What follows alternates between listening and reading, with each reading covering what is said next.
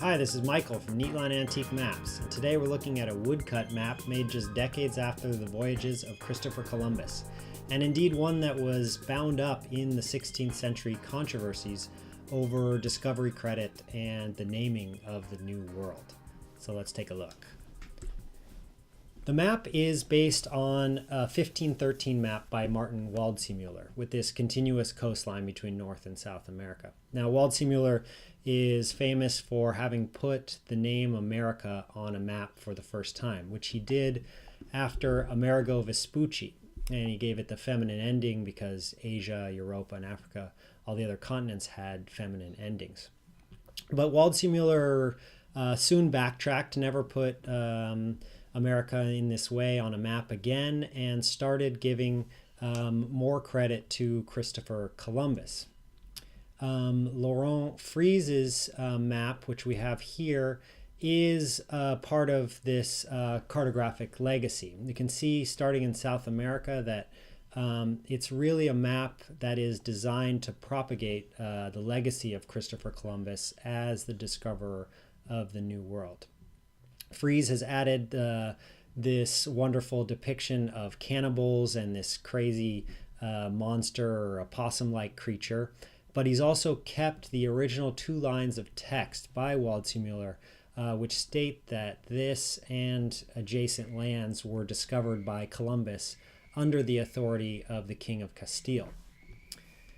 And in this edition, what's interesting, this and the previous edition of Lyon, we can see that this Columbus attribution is further strengthened by some lines in Latin text on the verso which state that Columbus arrived here before Amerigo Vespucci. The geography of the map in general is incredible. In the Caribbean, we see the islands of Puerto Rico, Hispaniola, Cuba, which is especially interesting because you can see it's named Isabella after Queen Isabella, and you also have the Spanish flag flying over the island. And nearby is this text box further affirming that these are Columbus's discoveries.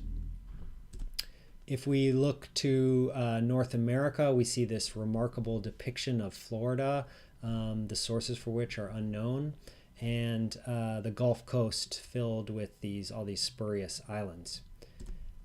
And up at the top we have this river which many believe is a very early representation of the St. Lawrence River, and indeed it is approximately at the correct latitude. And finally, no good 16th century map would be complete without some cartographic myths.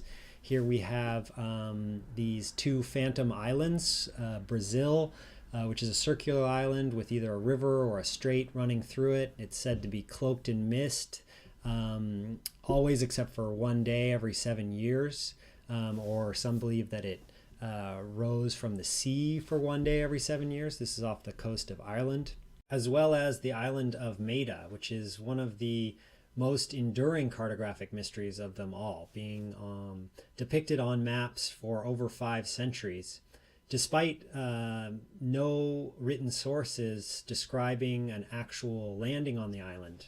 And some people believe that it actually corresponds to an area off of the coast of Brittany, which has sunk from a geological event and may have once been an actual island.